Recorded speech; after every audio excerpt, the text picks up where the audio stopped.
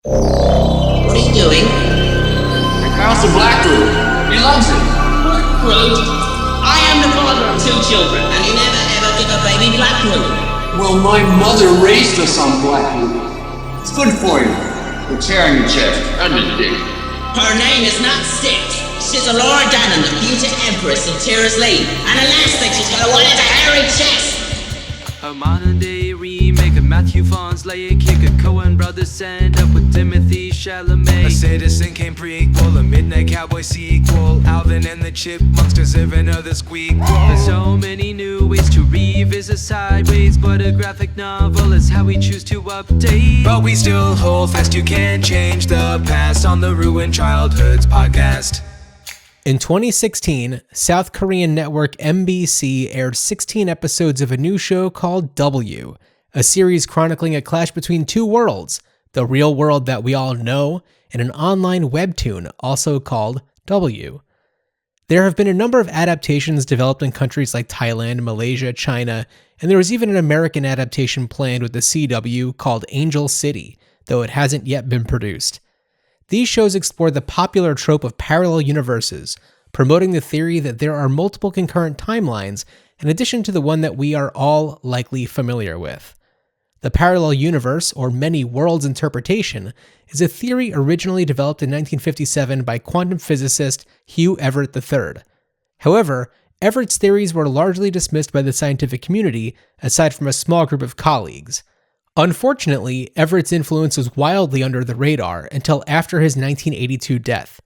Everett was survived by his wife Nancy, daughter Elizabeth, and son Mark, who would later write and record original music under the name E for his band Eels.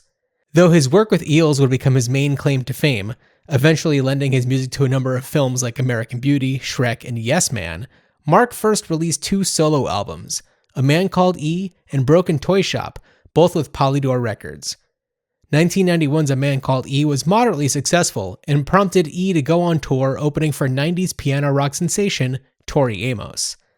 Born in 1963, just 4 months after E, Tori Amos became a world-class singer very early in life.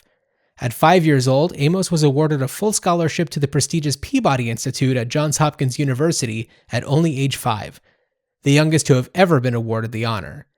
She later formed the 80s pop group Why Can't Tori Read and eventually broke out on her own. In 1992, she released Little Earthquakes with Atlantic Records, which totally slaps. But before she released either of those 2 albums, Tori Amos auditioned for a role as a musician in a Marvel Comics film adaptation and perhaps the only movie to ever feature a duck with human breasts, Howard the Duck. This cult classic and commercial failure stars Leah Thompson as a singer who gets entangled with an anthropomorphic duck named Howard, who comes from another planet, not so cleverly called Duck World. Along with Thompson, the film stars Tim Robbins, Ed Gale, and Jeffrey Jones, though it was championed by executive producer George Lucas, who had been trying to get Howard the Duck off the ground as a film adaptation as early as 1973 after production wrapped on American Graffiti. But it wouldn't happen until the mid-80s and was eventually released in 1986 after Lucas's success with the first 3 films of the franchise that made him famous, Star Wars. And in 1986, Lucas would write a screenplay that blended the more family-friendly elements of Star Wars with other fantasy classics like Lord of the Rings and the Holy Bible, which leads us to our movie of the week. Greetings, Starfighters. This is Ruined Childhoods. I'm John, joined as always by my brother Dan, and on this episode, we're talking about Willow, the story of unlikely heroes who go up against an evil queen hell-bent on blasting an actual baby into another dimension. Dan, would you rather go on an epic journey with Val Kilmer or watch a 5-minute magic show surrounded by pigs? Epic journey with Val Kilmer. Hands down, John. What about you? Well, okay. I feel like I would love to hang out with Val Kilmer for a little while, but I don't know about an epic journey because I would love to just like chat with him for like 10 minutes. But if we're talking about 1980s Val Kilmer, where huge ego, difficult to work with on sets, I imagine that spending like weeks on end with him on an epic quest would be a little irritating. Yeah, You make a good point. I didn't necessarily think about the time commitment involved. You compared an epic journey, which by definition is long, to a Yeah. 5-minute magic show. Yeah. And you're around pigs, and pigs can be fun. I can handle that. I can handle some pigs. But anyway, you know what I said, epic journey with Val Kilmer. I'll stick with it just for the story. Sounds good. Just to get back and be like, and you wouldn't believe what he said to the waitress at Waffle House when she brought the grits, and I could not believe the words that came out of his mouth. And anyway, I don't. Yeah. You know, I did have I would call this a very brief pseudo encounter with Val Kilmer. And this was when he was in the production from his play Citizen Twain. Right. That he performed at I think it was the Pasadena Playhouse. And, Val Kilmer, a Christian Scientist, was is a big admirer of Mark Twain, as many of us are. But because Mark Twain, I think, was also a Christian Scientist, he was particularly drawn to him. And this was Val Kilmer's way where he could channel Mark Twain and become him, and he put on all the facial prosthetics and all that kind of stuff, and did a one-man show as Mark Twain. And before the audience gets let into the building, he just kind of like mingles about as Mark Twain, and I was mere inches away from him as he was kind of coming through. And so what a thrill. What an interesting guy. Wow. Okay. I don't think I've ever heard Did I that never story tell you before. about that? No. Really? Oh yeah. That he would that was fun. milling about as Mark Twain. Well, yeah, I mean, it was kind of like everybody was hanging out outside before we were let into the theater, and he, was chilling. Just twaining around. And also, if anybody did you see the movie Val, the documentary that he made about himself? I did not. No. Okay. I quite liked it. I feel like in the more recent years, it seems like he's become a little more humble. Yeah. And has more respect for the things in his past that he was dismissive of. And I can appreciate somebody who looks back at their career and says, it's like, you know what, in hindsight, I wish I was nicer to the people I was working with. Or was easier to work with, because his reputation is not so solid. But I will say, I don't think that he's had any major controversies. No, just kind of the difficult to work with, ego, very right, self-important.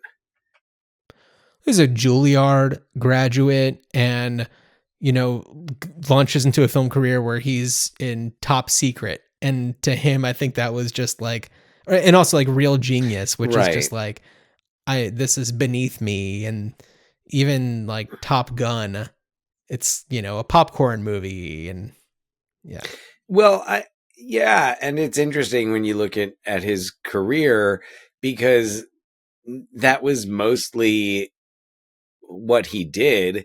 It's not like he really branched out into independent cinema. I mean, I could think of some titles he did that were, they didn't get wide release or whatever. He did this detective movie with Joanne Whalley, I think, after they were married. And I remember that one. I was straight to VHS, or it didn't play in the suburbs.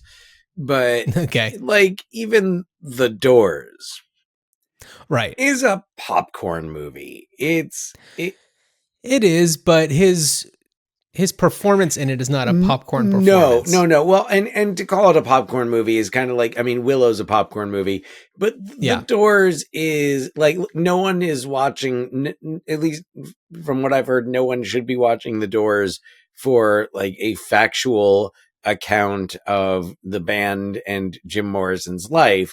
It's a fun, it's an entertaining version of it from it. It's a bio fantasy. Kind of, yeah. Yeah. Yeah. I mean, which I guess, although I don't know, apparently Tombstone is more accurate than one might think. So Yeah. as I was about And Tombstone, he's, as we've talked about, just gives a hell of a Oh, performance. absolutely. Yeah. Yeah. And then from there, he goes to Batman. Yeah. Goes to Batman and Island of Dr. Moreau and The Right. Saint. Yeah. And yeah. I always forget about The has Saint, but like, yeah. Big. Right. And he did some stuff later on. Like he did the Wonderland, which was the film about John Holmes. That was kind of like, I think it was like Right. Warner Independent released that. Yeah. And like that was all right. And he did Spartan with David Mamet, Mm-hmm. which was still, it was like, again, like Warner Independent. So, Yeah. and there were like, I don't remember who else, was in that, but it was, it was still a starring role it was something a little less high profile and lower budget, but still like David Mamet, when David Mamet was making good movies. And Right. Yeah. so I also, and we have to mention MacGruber. just yeah, we love MacGruber, and one movie that I saw in the theater recently, Kiss Kiss Bang Bang, which I think he's so good in, and I feel like once he's at that point in his career, he's kind of like settled a little bit. Yeah, it kind of felt like Kiss Kiss Bang Bang was going to be more of a career renaissance for him. Mm-hmm. And I don't know if it was just that the movie didn't have the box office that it's a great movie. It is a great movie, but it's kind of weird, and it's not your typical, like it follows a lot of tropes of, the buddy detective movie, but it also does some things that aren't, signature to that. Like it's kind of, I don't want to say it's not non-linear, but that's kind of non right. It jumps around a bit, and I mean it's fun. Like I think it does it really well. Yeah. But anyway, it felt like Val Kilmer, who was excellent in that movie, like there was more that was going to happen with him, and then I don't know if it was his health or what, but it was, we're a few years down the road, you get MacGruber, and then he's Von Kunth, right, the greatest character name ever. It's fabulous. Dieter Von Kunth. Brilliant. Brilliant. Genius. It is brilliant. Yes. And I mean, his son, is it like Jack Kilmer, I think? He provides the narration in Val. He's kind of speaking as his father. Mm-hmm. And they have very similar voices.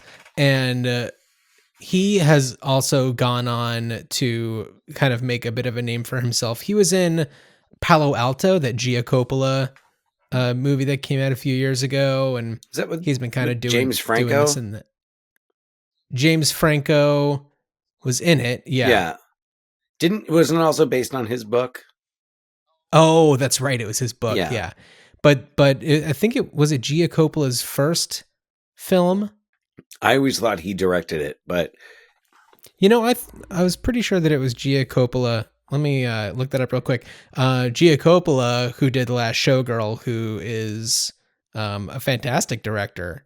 Yeah, no. You are absolutely right. Yeah, you said it with such confidence. I just kind of assumed that I was wrong. Is that how it works? I mean, yeah, I mean, that was how you said it. And I was like, maybe it's a different one, or maybe it's the same one and just James Franco didn't direct it. But that John is speaking with confidence and knowledge. I feel like it was something that I saw saw something about recently. You so said it with authority. There you go. Well, there you have it. Let me tell you a quick little story. I know that I'm the one that brought up Gia Coppola, but Gia Coppola, who is Sofia Coppola's niece. I can't remember what the connection is. Is that right? I don't know. Okay. The whole Coppola family tree is a little bit of a mystery. I think it's her niece because it's not her daughter, but it's right. Francis Ford Coppola's granddaughter. Yeah, it's her.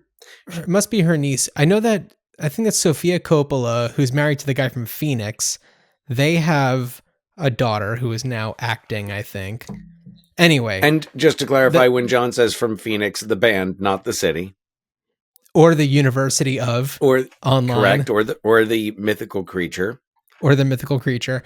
Correct. So I was at this bar and I was just like killing time. So I was by myself and I happened to overhear a conversation nearby and somebody's talking about Sofia Coppola. Mm-hmm. And then I hear them say, oh, and her dad is also a director, his Francis. And I was like, that's so weird to hear people that are most likely younger than I am referring to Francis Ford Coppola, first of all, as just Francis, and then also to be speaking about him in the context of the fact that it's Sofia Coppola, the director's dad, who also is a director. Did you know that? Oh, yeah. Wait, you mean Sofia Coppola, who made The Bling Ring? Her father is a director? Has he done anything I've heard of? I mean, well, if you're talking about the past year, then maybe we don't talk about. I haven't seen Megalopolis. Have you seen it, Dan? No, I haven't. I am curious. I'm so curious. I want to watch Megalopolis. We should get a hold of that and watch it together. I agree. We'll make that happen. But to kind of bring things back around, Francis Ford Coppola, I could have seen being a potential director for Willow. He was part of that crew. Oh yeah. That generation. And but no, it's Ron Howard, who, when you look at Ron Howard's filmography, it reminds me a lot of like Rob Reiner. Yeah. Who it's just like, man, the same person who did that. Like the film that Ron Howard did after Willow is Parenthood. Right. Yeah. Such a different kind of a director. Oh no, Ron Howard has, hit every genre, because he did Ransom, which is a thriller. Yeah. You have your ensemble comedies, Parenthood and The Paper, which are probably my favorite Ron Howard films. Possibly mine too. You've got the fantasy Ron Howard films, so Willow, Solo, I guess the Lucasfilm Ron Howard films. Yeah, no kidding. And then so you've got, let's see, how many biopics do you have? You've got Beautiful Mind, another one of those bio fantasies. Yeah, Apollo 13. Yeah. Mm-hmm. You've got Splash is in there as well. Yeah. And no. That's a great comparison to like the prestige dramas, the comedies. Has Ron Howard done a rom-com? I know he did that one with Splash. Oh yeah. All right. I know he did that one with, he did a movie that was like about a boat, and it had there was a Hemsworth in it. Oh, I'm pulling up his credits right now. So in many the heart of the credits. sea. Oh, in the heart of the sea. Does that sound right? Oh wait, hold on. I'm now on the actor category. I need to. Dude, I'm right there with you. Wait, did I pass director? Writer? I must have passed director. Oh, that's weird. It doesn't even have director as an option for me. What? That is nonsense. That is, I don't like I don't like What this. the deuce? All right.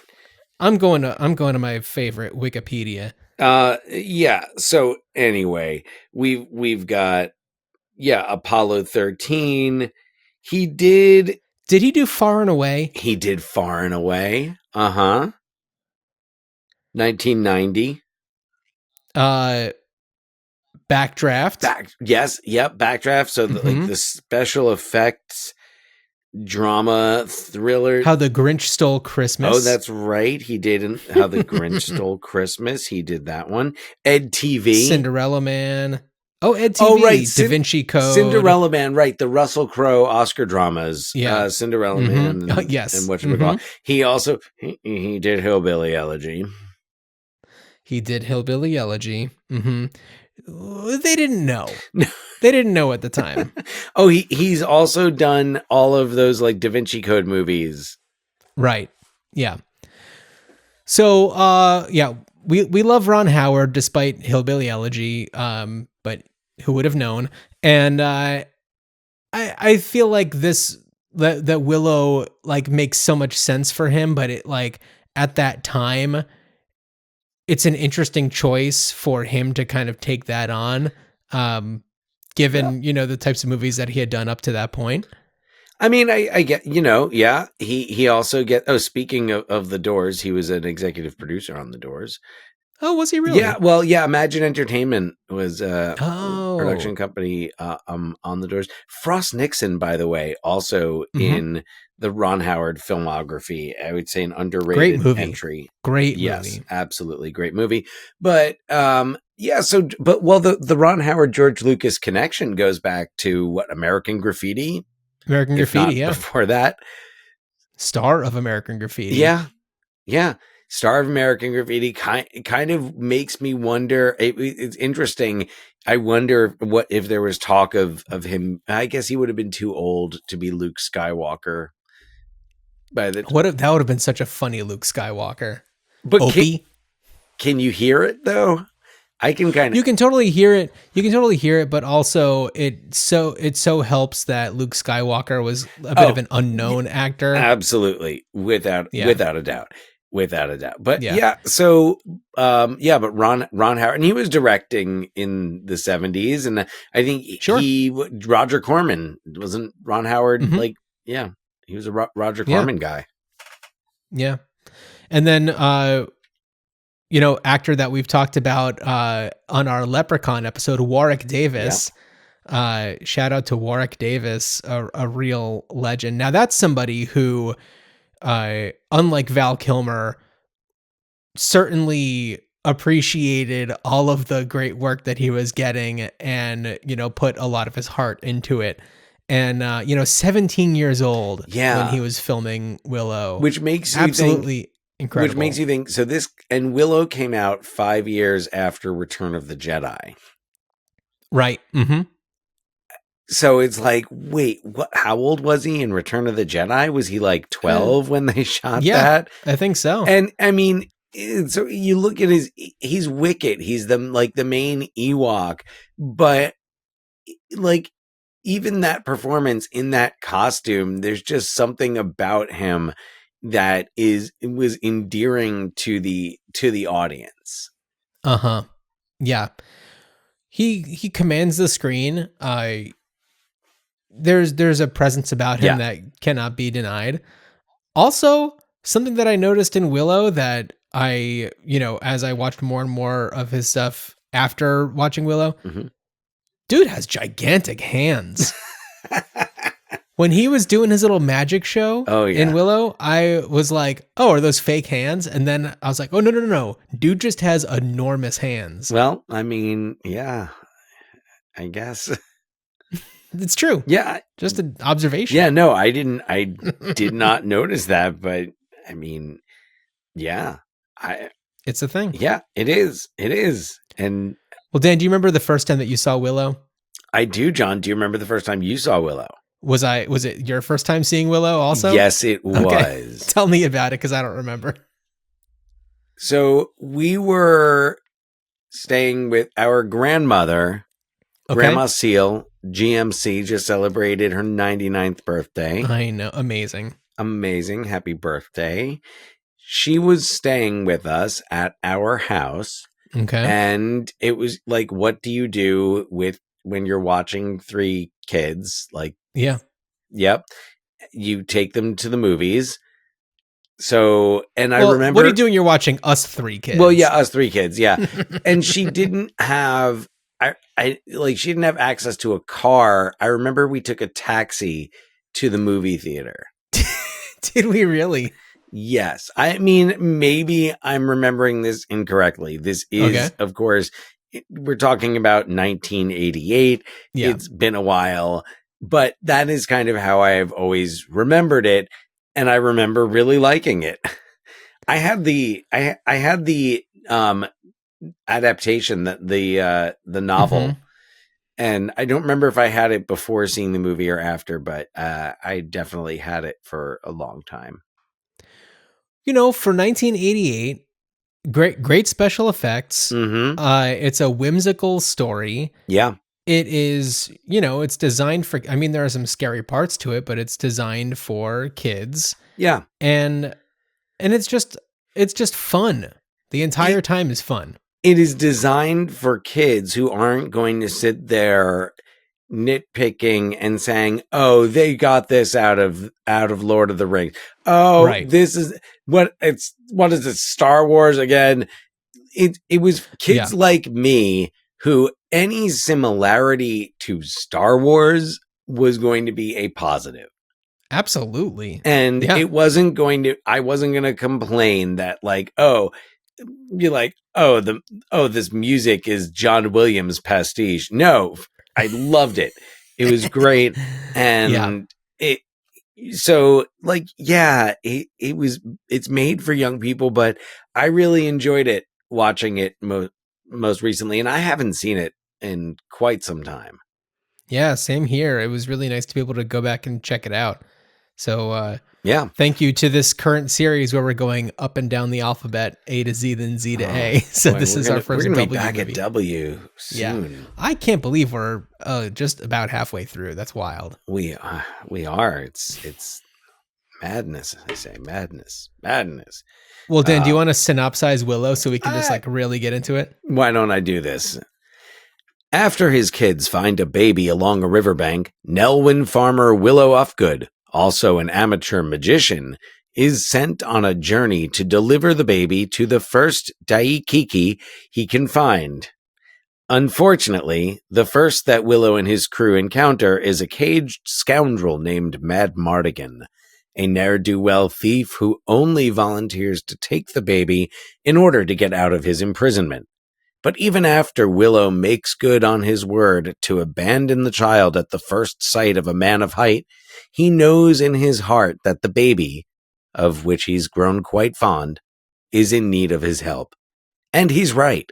Willow, now having encountered the brownies, a race of minuscule fairies, learns that the baby is in fact Elora Danan, the one prophesied to destroy the evil Queen Bavmorda. Seemingly bound by fate, Willow, Mad Mardigan, and 2 zany brownies are on a mission to deliver Elora Danan to safety before she's kidnapped by Queen Bavmorda's warrior daughter Sorsha and her army of dark warriors. As Willow Ufgood, we've got Warwick Davis. As Mad Mardigan, we've got Val Kilmer. As Queen Bavmorda, we have former Murder, She Wrote guest star Jean Marsh. Thank you. And as the 2 brownies, we've got Kevin Pollak and Rick Overton. And as Sorsha, we've got Joanne Whalley, who for a time was Joanne Whalley Kilmer. Right. After making this movie. Yeah. That relationship is bookended by it's Willow and Island of Dr. Moreau.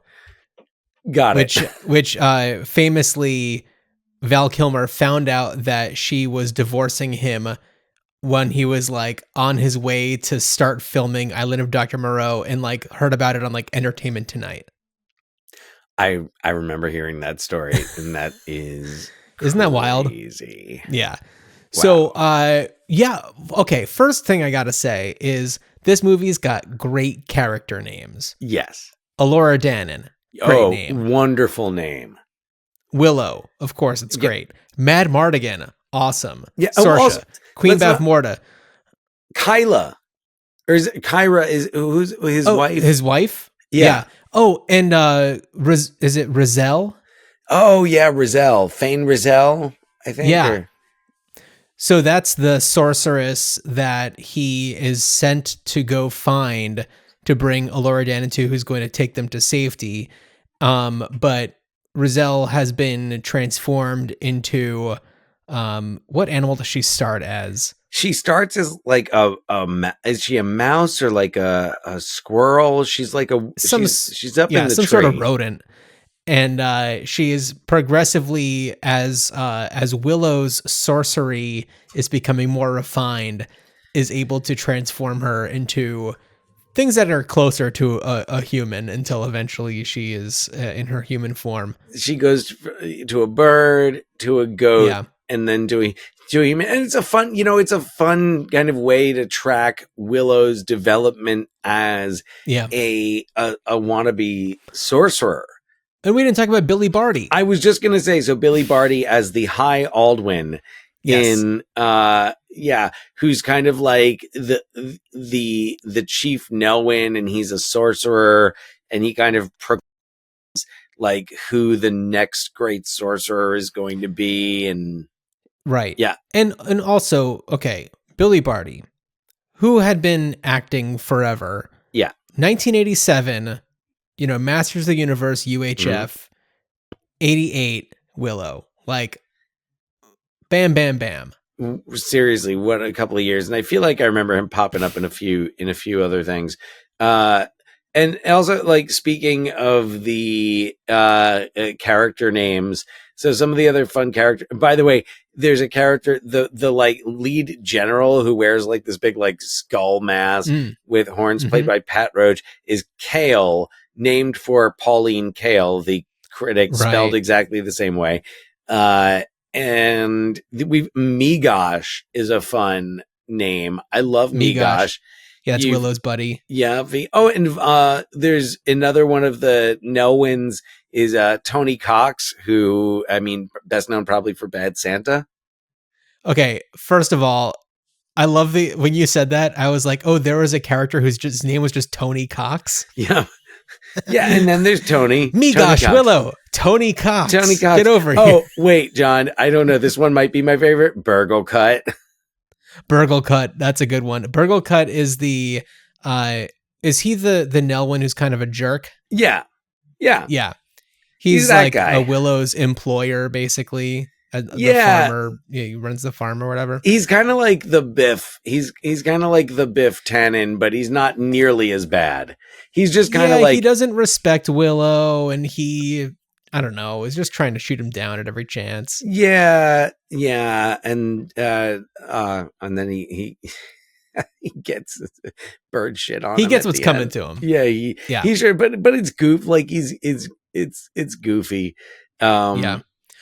I also got to say that for a standalone movie that wasn't a franchise, and we'll talk more about that later, but like at the time was not a franchise movie, had so much world building to it. Like they had such well-defined different like races and dynamics between them. And I thought that was really cool for something that was like, it's not adapted from a book.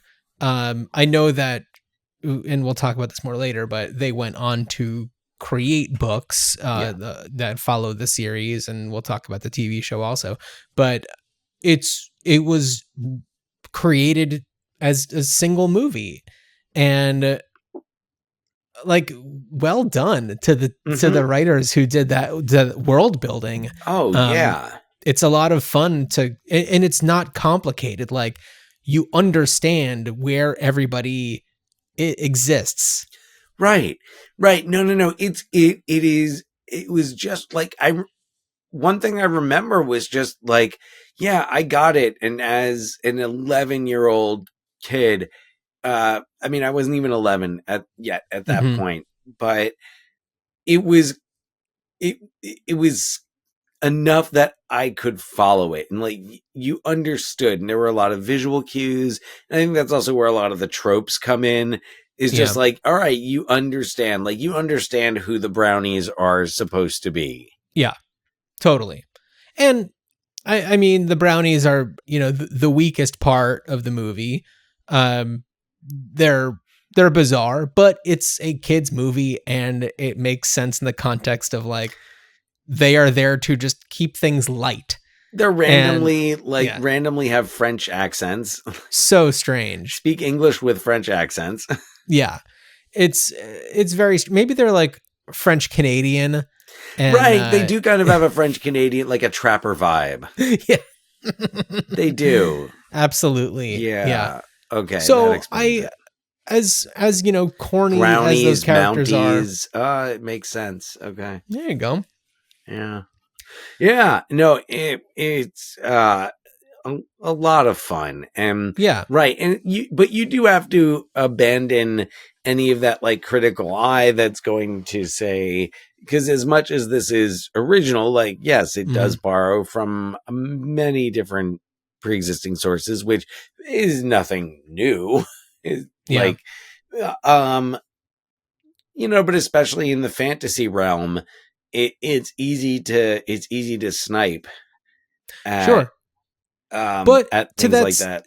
To that same effect, though, I would also mention that, like, even though this this doesn't predate the Lord of the Rings book or books, it predates the movies. Yeah. And the battle between Rizal and Bavmorda is certainly the template for the visual style between Ian McKellen and Christopher Lee in the Lord of the Rings movies. Even though it's written on page, but like the visual look seemed like they were taking it from Willow. No. Now that you mention it, that makes sense. And I haven't seen, was it Two Towers or Return of the King? Return of the King? I don't know. I haven't seen them in a while. Yeah. But that makes a lot of sense.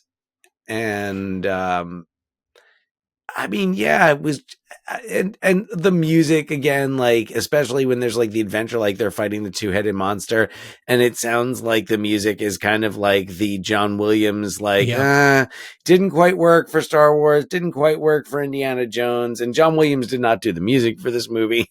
Yeah. Right. But it's at a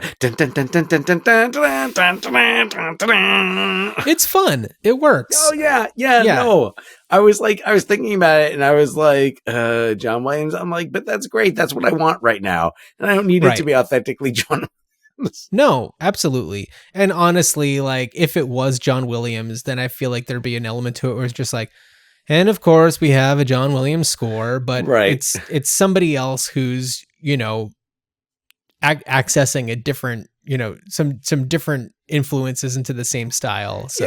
Yeah. No. It's just, I feel like it's just doing what works and showing off like some cool special effects and doing some really, kind of dark and violent stuff that was, a little reminiscent of like Return to Oz. Sure. Mm-hmm. That type of family film that went to the dark side. Yeah, the scene where everybody's being transformed into pigs is it's really pretty well scary. done. It's very dark, and I feel like if it wasn't for that scene, I would maybe have a better chance of like showing this to my kid without a freak out moment, but like that moment I think would be difficult for her to watch. You were 5 seeing this in the and because I wouldn't show it. I wouldn't have shown it to like I would have watched it with my daughter who's almost 11. Yeah, I would have watched it with her at this age, but not much younger. Mm-hmm. And I think about it, I'm like, you were 5. I was 5, but also I was the youngest of 3, and we were a movie-going family. Yeah. And so I think I was just kind of primed to be able to handle this kind of stuff a little bit better. And in a lot of ways, I just had no choice other than to just be cool with it. And you'd seen all the Star Wars by then. Yeah, absolutely. And so, yeah, it wasn't. I was primed. But yeah, some of the stuff is pretty. When he kills that troll and it shrivels up into like that gross, like Sam Raimi looking brain with like alien like looking things popping out. Wow. And then Willow just kicks it, and that's great. No, it's cool. Like a lot of the visual effects are really effective, and of course they're visual effects. Of course they're going to be effective, but yeah, they worked for me, and I had a lot of fun. So I before watching this was just like, oh, there's probably a reason why I haven't seen this in so long. People don't really talk about this the way they talk about a lot of other, fantasy films, but I had such a good time watching it. Yeah.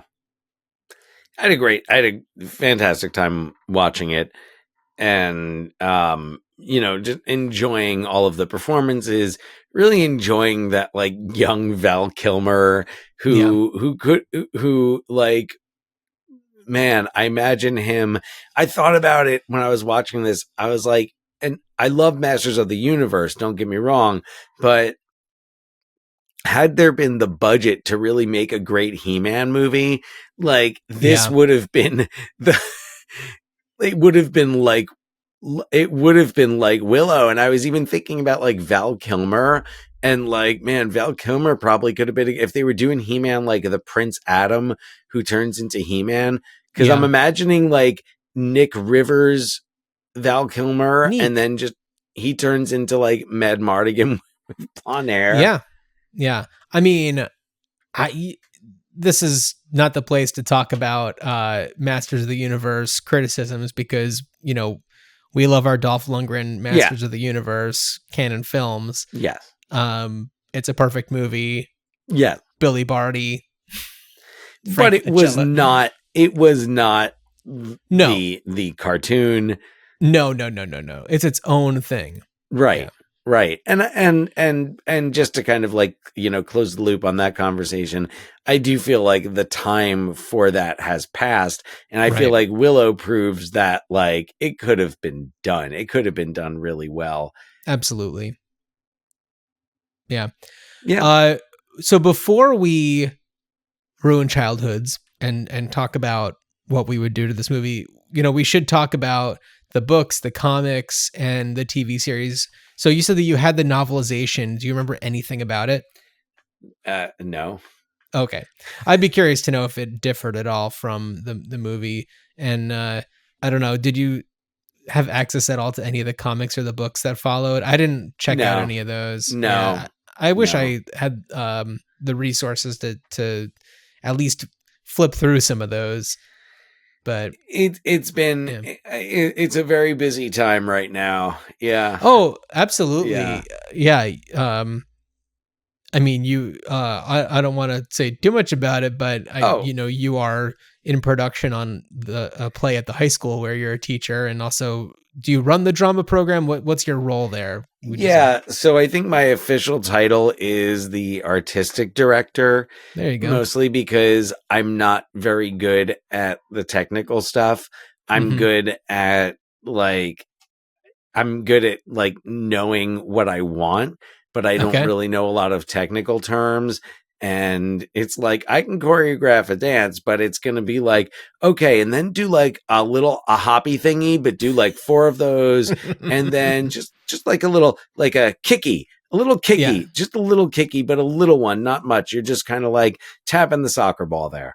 So, so that's how I choreograph. Or like the one time that I was just like, okay, in this number, you're Tina Turner and you're Mick Jagger. Make that happen.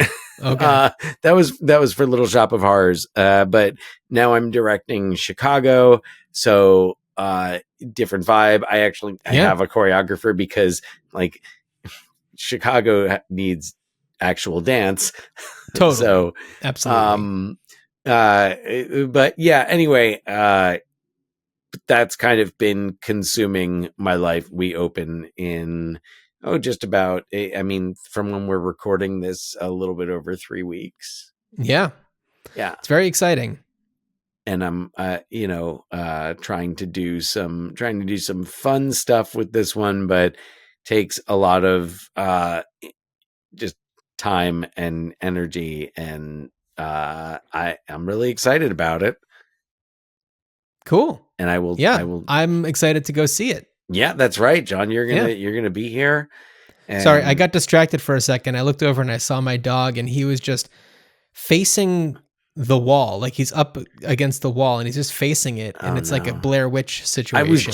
I was gonna say Blair Witch right it's like, there. what the hell's going on over there? Blair Witch got him. All right. So yeah, so Willow was just a lot of fun and a good movie, and I don't know why it didn't do as well at the box office as it maybe was expected to. It wasn't necessarily a big hit, but I don't necessarily think there was a whole lot more going on, especially when it came out.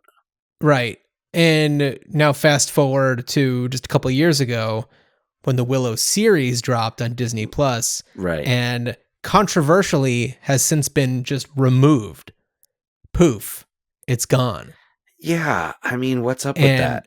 What is up with that? It really makes no sense. And I was able to track that. Somebody put it on a website where you can just watch it. Yeah. And honestly, it's like, look, however somebody wants to put it up anywhere, that's fine, because Disney should not have taken that down. Like it just came out, I think 2022, maybe 2023. Yeah. And I watched all 8 episodes of it, and it is different, but it is fun. Mm-hmm. Joanne Whalley is back. Of course, Warwick Davis is back. Mm-hmm. We do get a Kevin Pollak cameo. Oh, great. He just has one scene. And it's fun. It comes at a time when you're just like, oh, I wonder if they're going to bring the brownies back at all. And then sure enough, we have a little moment. And it definitely is designed to appeal to today's audience and not to heritage Willow fans. There are a few things that were a little head scratchy to me. You know, they use a lot of contemporary music or covers of like popular songs of the past like 20 years or so. And it feels really off-putting when they do that. Like, is it like Willow walking through the field in the rain, and it's like Lana Del Rey singing "Rape Me" by Nirvana pretty much. in the background? It's basically like that. Oh god. I should have written down what some of the examples were, but it's not important. But the story is, it's now another thing that's confusing, and then I'll talk about the story. You know, it has been almost 40 years since Willow came out, but and of course Warwick Davis has aged that amount, but the story takes place, I don't know, 19 years after the events of the movie. Yeah. So it's following up when you have Elora Danan, who has been put into hiding by Sorsha, who is, good now. And Sorsha and Mad Mardigan have 2 kids, but Mad Mardigan has since vanished and has kind of gone off on like a quest to like further protect Elora Danan. And Elora Danan is like, she has a new identity and nobody knows who she is, and she's just being hidden because there's a new prophecy that, she's going to be part of like, the end of the world or whatever it is. And so Mad Mardigan and Sorsha have 2 kids, one of whom is set to be like married off to the prince from another realm, who's played by, I forget his first name, Rivoli from Grand Budapest Hotel and the Spider-Man movies. Anyway, he's there. And and so the princess, she's played by, I don't remember the actor's name, but she's in the movie Bottoms. And there's another young woman who's like kind of like a knight in training, and I don't have the cast list in front of me, but she's played by kind of the leader of the kind of resistance from the movie Solo. So there's some Ron Howard through line there. Yeah. John, so I happened to find a list of popular songs from the series. Okay, what do we got? We've got and so of course this is the fantasy series Willow that takes place in a fantasy world, but apparently there they've got the Beach Boys because Good Vibrations is in there. I don't even remember that one. We've got a cover of Crimson and Clover. Yeah, I do remember that one. Cover of Enter Sandman. I remember that one. Yep. Cover of the Hurdy-Gurdy Man. Mm-hmm. Money for Nothing by Dire Straits. Right. Yes, that was a weird one. That when that one started to come in, I was like, "Are they about to do Dire Straits?" Like, were like the rebels like fighting for their MTV? And was that were they all? Was Baz Luhrmann? It was like, I want. It was off-putting. You got Black Hole Sun in there. It didn't work for me. Black Hole Sun. Mm-hmm. No, that does not sound like a good decision. That sounds like that's childhood ruining right there. Yeah. But the show itself, I recognized very quickly, it's like, this is not made for me. It's got more of like a Riverdale kind of a vibe to it. It's about these, this next generation of like hot actors, and that's fine. And it's interesting to see where they've kind of taken the story of Elora Danan and the decisions they made, and for Willow to be addressing his own legend and to be exploring his own feelings about his imposter syndrome, we should say. He's standing there staring in the mirror going, "You are great. You are great. You are great." Yeah, it's better than that. I will say that. It sounds like, all right, so when you say that, like, all right, it's not made for fans of the movie. This is not a movie that has a huge following. So why are you making a series that would probably only appeal to fans of the original? But and I'm saying this not having seen a single episode. Yeah, I mean, I think that they're going for the the older teenage crowd who is into like nostalgia, the same way that like when we were growing up there was nostalgia for like, elements of the 60s and things that maybe weren't really cool then, but looking back at it, it was just like the things that you pick up along the way. And it's a fantasy series, which is an incredibly popular thing to revisit. And I don't know. And it's kind of like you can go back and you can look at this other thing that exists. And it's something that was a lot of fun, which I feel like the series kind of missed the mark on how the movie Willow was fun. Mm-hmm. And there were, the adventure set pieces in the movie Willow, sledding down that mountain and on the shield, all that kind of stuff. It's like, that is the kind of adventure fun that it had. But I don't think that the show really had adventure fun. It had, little one-liners and like silly gag moments, but not like anything having to do with the whimsy that was going on. It was a very dark show. So sounds like they were too concerned with like checking off all the boxes to appeal to a certain audience versus telling a story. Yeah, and it's tough. It's tough to find that balance. No, and, I'm not. Yeah, I'm armchair quarterbacking here. Yeah, and it ends in such a way that it is positioning itself for more seasons. And so for it to be unceremoniously removed from the only platform where it was ever available is a real dick move. And it's unfortunate, and I feel like Warwick Davis deserves better if nobody else, you know? Disney Plus subscribers deserve better. I think so. I mean, aside from like Star Wars stuff, there's not like too much original content going on. So, if you're gonna dig into an existing IP, it's like keep that going. Like give it a chance to find an audience. Yeah. I don't know. You're Disney, you have the money. You're Disney, you have the money. Well, Dan, let's talk about ruining some childhoods. How would you go about doing so? Oh, I would.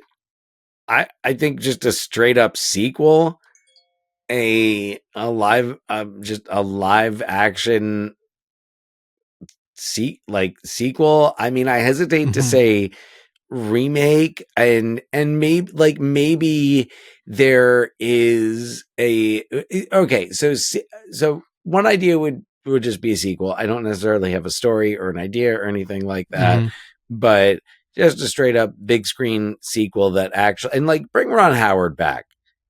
Solo was a fun, rollicking adventure. Or don't bring Ron, like find somebody who can do the job right. But like, or the other option is why not like reboot it as something animated and do. You could do more with it. You don't need to worry about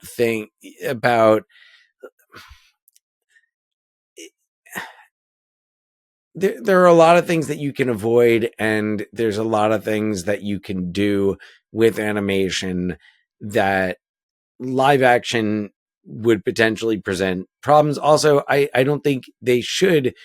I would be against a live action remake, but I would not be against an animated retelling. And continuing the adventures of Willow Ufgood in that manner. I mean, fuck it. Have it live action with Warwick Davis as Willow telling the story, and then go into the animation and have the animation be him telling the story, and like then you do it episodically and have like the different adventures. You do films. It would be kind of cool. It would be almost cool to see like Studio Ghibli do it. I never know if I'm pronouncing that right, but like to have them or like that type of animation for Willow would be pretty cool. Yeah, that's cool. I'd be down with that. Yeah. I don't know, John, what's your idea? Well, I feel like the movie puts itself in a position by calling it Willow that you need to follow the story of Willow. And yes, he's the main character of the movie.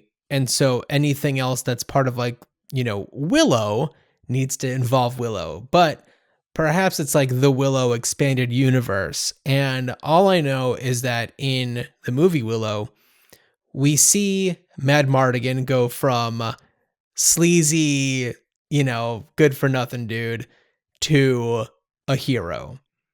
I want to know if before all that, prequel style, we see Mad Mardigan maybe start off as a good dude, and then things happen along the way that turn him into the guy that gets trapped in that cage. And then, of course, we have, Jack Johnson doing a cover of Bullet with Butterfly Wings.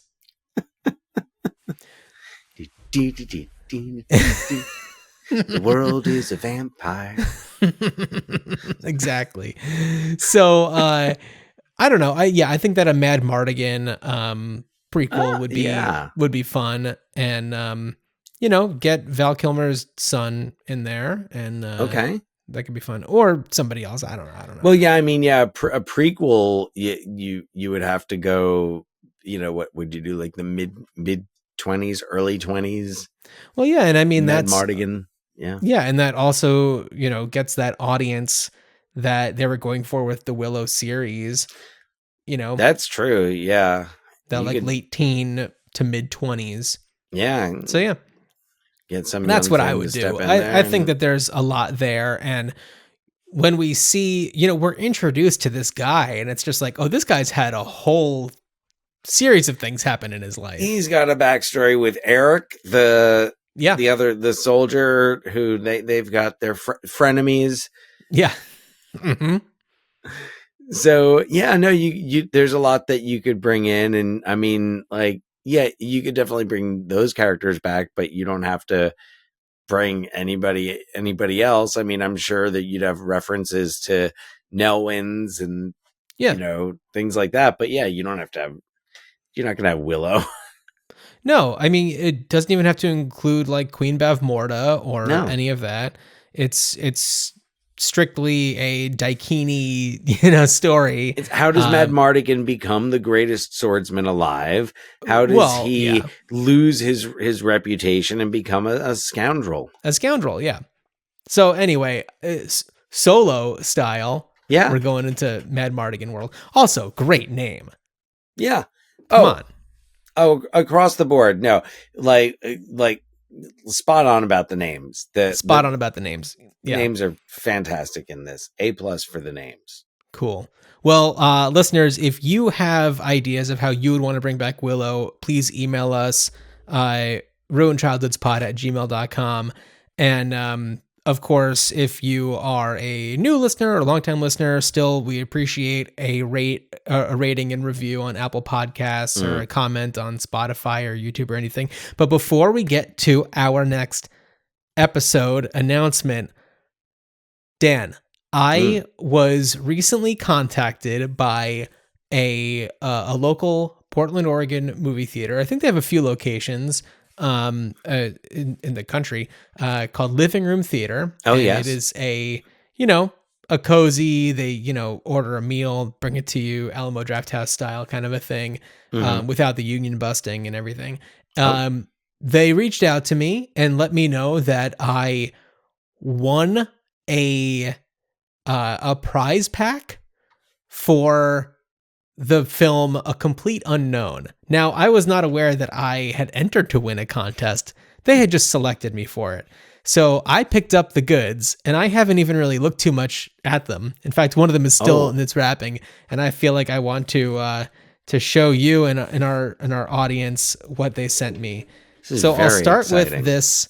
And for anybody watching on Spotify or YouTube, this is where it's going to benefit you. But if you're listening, I will try to describe it. So there's this like plastic, like a clear plastic, like bag, like not like a messenger bag, but like, I don't know, you put something in it. It looks like you're going to an event, you're going to an arena or a stadium where you have to have a transparent bag and you put your things in that. Yeah. It says A Complete Unknown on it.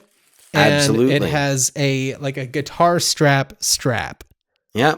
So my daughter once will be upon a getting time that. you dress so fine, you sling that over your shoulder through the bums of dime. And of course, when you are playing that song, you need to play it on a guitar. So they also gave me this little guitar keychain. Sweet. It's a little guitar keychain. Always in the right key. Always in the right key. There you go. And they also gave me a moleskin notebook that has it has a complete unknown. The Bob Dylan, Timothy Chalamet image on the front. Mm-hmm. It says Complete Unknown. So you can a little notebook there. Write all of your songs in there. And Dan, exactly. Have you ever read the book Tarantula? I don't think by the Bob Dylan book Tarantula. So, okay. Oh, no. I don't know if you were there for this or maybe if you don't remember it, but at one of our family like holiday parties, we had a white elephant thing. Yeah. And it was like you get, the $25 limit and then of course it goes around and one year I purchased for this a Bob Dylan CD and the paperback of Tarantula. Mm-hmm. Nobody appreciated it. And like our cousin Alyssa got it and she looked at it and like the expression on her face of like, what the hell is this? And I do not want this was so clear, but she was trying to be so polite to be like, oh, great. But I was just like, oh yeah, nobody Very wants this. gassy. Tarantula is just like a stream of consciousness. It's wild. Bob Dylan in his like, complete manic, getting every thought out onto paper kind of a thing. Okay, back to the little prize pack I have here. So this is an item I haven't even unwrapped it yet. As you can see, it's in its little tissue paper wrapping. So you can hear the tissue paper. I'm going to unwrap this. And this is Here we go. a complete unknown scarf and fingerless gloves. Oh, wow. Oh, that's pretty sweet, though. Oh yeah, I'm putting on the gloves right now. Oh, look at this. Oh yeah. So now I can stay warm and still play the guitar. Yeah. It says a complete unknown on there. It's of course. Yeah. In case you forgot. Yeah. So here, I'm going to put these on. I'm going to put my little scarf on here. Oh yeah. There we go. I'm all Bob Dylan'd out now. So artsy. So thank you to Living Room Theaters. You're an awesome theater. I do enjoy going to see movies at you, and I will enjoy these until my dying day. And that's I mean, that's a nice little prize package, considering you didn't even like enter yourself. No, I mean, I like their posts, and I've commented, I think, a few times on some stuff. So whatever. I mean, it's a great theater here in Portland. We are lush with awesome movie theaters, and I'm very grateful for that. And this one kind of sets itself apart from a lot of the other ones, and so I love that. I mean, I feel like there's something great about all of our little theaters here, and this one does its thing, and it does it really well. That's awesome. Back to the show. Like I said, if you have an idea of how you'd want to bring back any of the movies that we talked about, or Willow, ruinchildhoodspot@gmail.com. Dan, we are doing the alphabet, and X is next. What is our X movie? Our X movie comes to us from 1961 and is called X-15. It is the directorial debut of one Richard Donner. It is narrated by James Stewart, co-stars Mary Tyler Moore, Charles Bronson, David McLean. And that's our X movie, our first X movie. We'll be back up here in no time, but that's it. X-15. Can't wait to check this out. Yeah. X is a tough one. There aren't too many X movies. But how many of you thought that we were not going? How many of you did not know that movie even existed? Or were saying, surely it must be one of these movies, and then it's X-15. So yeah, well, pretty cool. When we saw that there was a movie called X-15 and that it had this like murderer's row of like superstars involved with it, and it's the directorial debut of Richard Donner. Yeah, it's like, well, we got to talk about it. And as far as I can tell, there are no other podcasts that have ever talked about it before. So if that's true, then I'm happy to be a pioneer on this one. No, we're blazing trails, much like the X-15 plane did. Absolutely. Well, Dan, I can't wait. I can't wait to talk about that one. And as you and I are hurling down a hill on a shield, I wish you a good journey. Good journey.